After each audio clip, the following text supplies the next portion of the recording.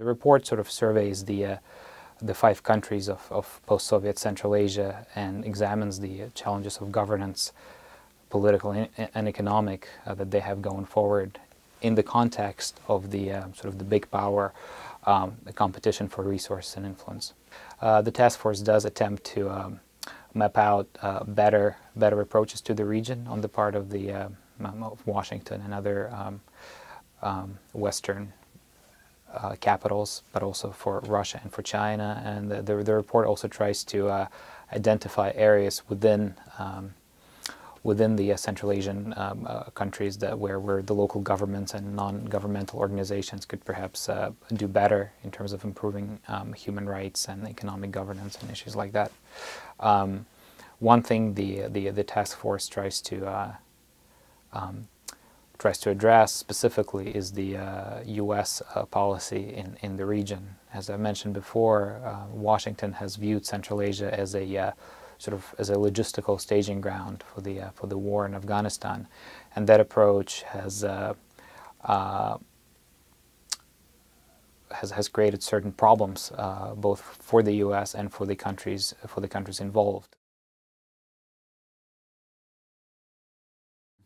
Well, the region itself comprises 5 countries. They're sometimes pejoratively described as the stance in the Western parlance, which kind of glides over the differences and the incredible history and the incredible potential those countries have. The reason that region is significant is because to the south we have Afghanistan, which obviously has been undergoing a major military makeover for the past 10 years and more, and that war, that U.S.-led war, has affected the post-Soviet Central Asia in significant ways. So it's important because of that. Especially, it's important for the U.S. policymakers because they view Central Asia sometimes to the region's detriment as kind of an addendum to their Afghanistan policy. Then, of course, we have China, which borders the region to the east with its incredible political and economic aspirations that transcend its borders. And China has been looking to Central Asia for its oil and gas and other natural reserves. And then to the north we have Russia, which of course used to rule Central Asia as part of the Soviet Union, and before that as part of the Russian Empire. And Russia has been eager to shore up its waning influence in the region. And then we have Iran, whose influence is very limited, but whose presence in the broader region, of course, makes Central Asia more relevant to Western policymakers. And then the European Union, because it's so chronically starved of energy reserves and of gas in particular, has been looking to Central Asia as a kind of like China as a source of natural gas, and has been trying to build pipelines to tap into the gas deposits, especially of Turkmenistan, which is an incredibly mercurial, closed society on par with North Korea.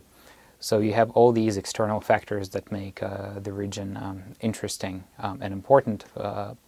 On the other hand, you have a collection of countries that have been misgoverned for a very long time. And we see substantial human rights abuses, lack of economic development, corruption, wars and conflicts and revolutions in Central Asia.